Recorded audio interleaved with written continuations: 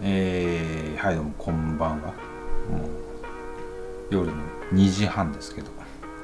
さて、今日はですね、ちょっと前からブラックマジックデザインジャパンさんに機材協力をいただいて、我が家の新しいファミリーに加わったこちらの、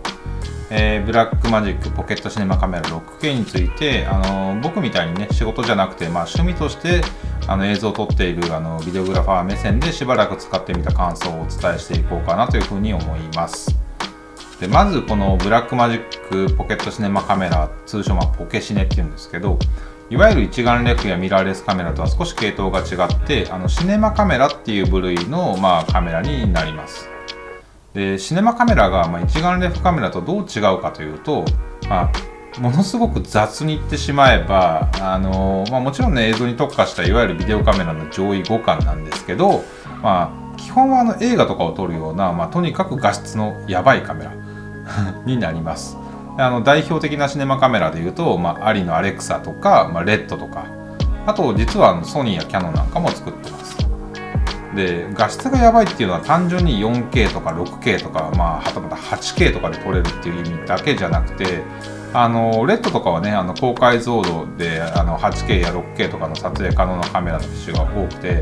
公式の記事で見たんですけど、デビッド・フィンチャーのゴーンガールとかもね、レッドで撮影されてます。最終的にはフル HD とか 4K の映像になるのに、じゃあなんで高解像度で撮影するかのが良いかっていうと、撮影後でも画質を損なわずにフレーミングを変えたり余白を作ることで、ブレ補正をかけても画質を損なわずにね、後の編集の工程で、大きなアドバンテージがあるっていうことで、これまでのフィルム時代で撮ってたのとは、根本的に撮り方が変わるっていうふうにその記事には書いてありました。でアレクサはどちらかというと、フィルム時代のスタイルを貫いているようなシネマカメラで、解像度的には基本3.2K とか、そこまでね見ればね、そこだけ見れば通常の一眼レフカメラでも劣るんですけど、フ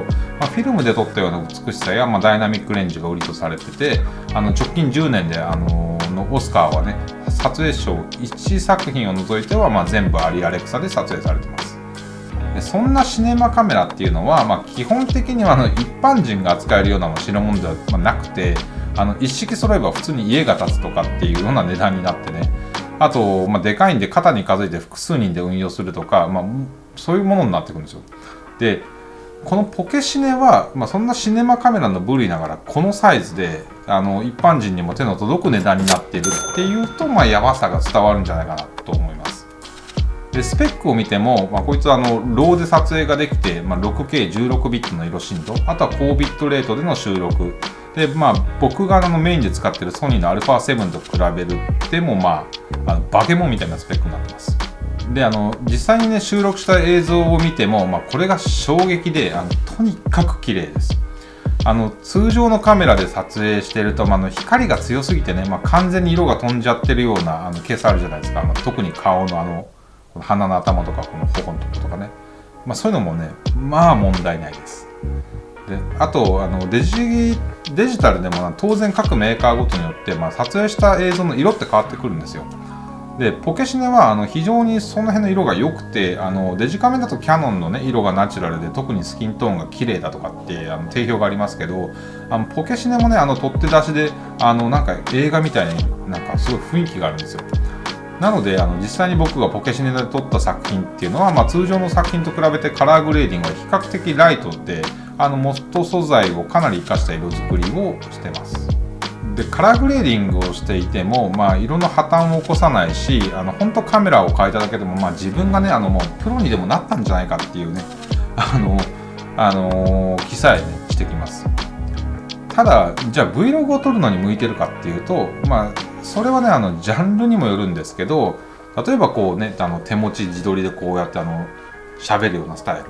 ていう Vlog にはねこれまず向いてないです。っていうのも、まずフリップスクリーンがないんですよ。スクリーンがこの背面固定なんで、何よりもねずっとピントをこう追従して合わせてくれるようなオートフォーカス、いわゆるコンティニュアスオートフォーカスがないので、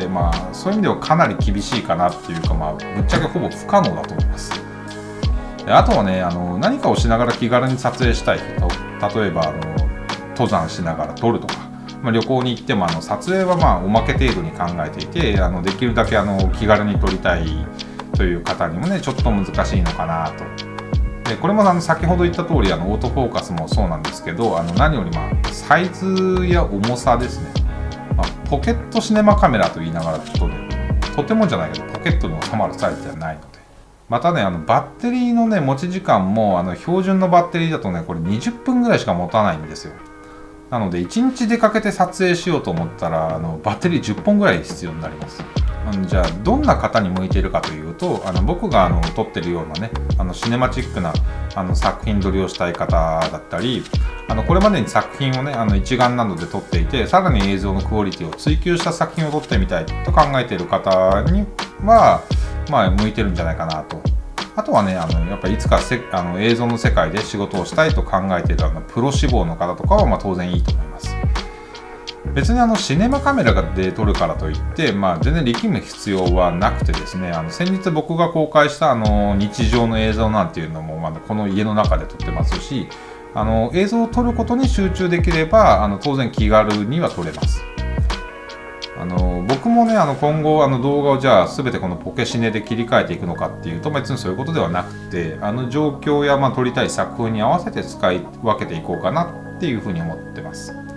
でそしたらね今ポケシネで使っているレンズもちょっと紹介してくればなというふうに思うんですけど、ブラックマジックのこのポケットシネマカメラ 6K の方はですねキヤノンの EF マウントを採用してます。で僕はソニーのレンズしか持っていなかったので新たに導入する必要があったんですけど、レンズはソニーの方でも使用しているねこのタムロンのこの3本をチョイスしました。でまず動画で一番使っているのがこの広角です。でこちら17mm、35mm の、2.8 から 4F4 っていうものになります。あとねポケシネはセンサーサイズがスーパー 35mm という規格なので、大体APS-C と変わらないんですけど、で 1.5 倍すると大体 35mm 換算ということになります。それとね基本はフォーカスはマニュアルで撮影することになります。でミラーレスに慣れているのでEF マウントのレンズ全般はね正直ちょっと最初デカッと思ったんですけど、このレンズはその中でも比較的軽量コンパクトです。であと 35mm 換算すると広角側が 25mm で望遠側が 52mm と、非常に使いやすい画角になっていて、お値段もだいたい新品で7万ぐらいで結構手に入れやすい価格となっています。でお次がこの35mm150 の F2.8 から4になります。このレンズはですね広角側が 35mm 換算 52mm なので、望遠側が225となので先ほどの広角こいつとね組み合わせてやるとほぼ必要な画角っていうのはカバーできます。またこっちには手ブレ補正がついているので、手持ちでも多少安定感があります。ただ、そもそもは写真用の手ブレ補正なので動画のようなね動き回っての撮影するっていうのはやっぱジンバルが必要になってくるんですけど、そもそもこのポケシネはねそのサイズを載せられるジンバルっていうのが結構限られてくるので、手持ち撮影する機会も多いから多少は手ブレ補正っていうのが有効になってくるんじゃないかなというふうに思います。最後に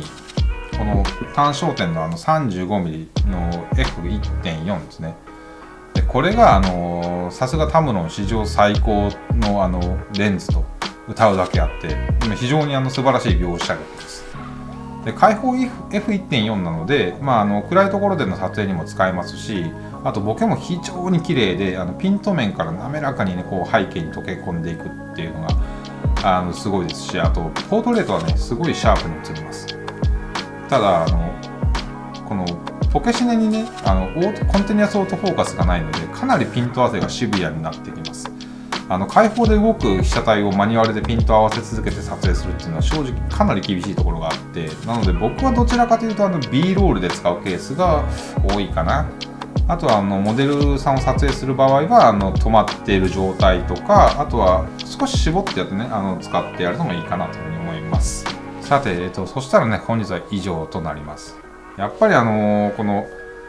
ブラックマジックポケットシネマカメラ 6K を持つとねより映画っぽい雰囲気の映像が撮ってみたいなという気持ちになるので僕もね今後ポケシネを使って作品撮りっていうのを、どんどんやっていきたいなというふうに思います。では、以上さよなら。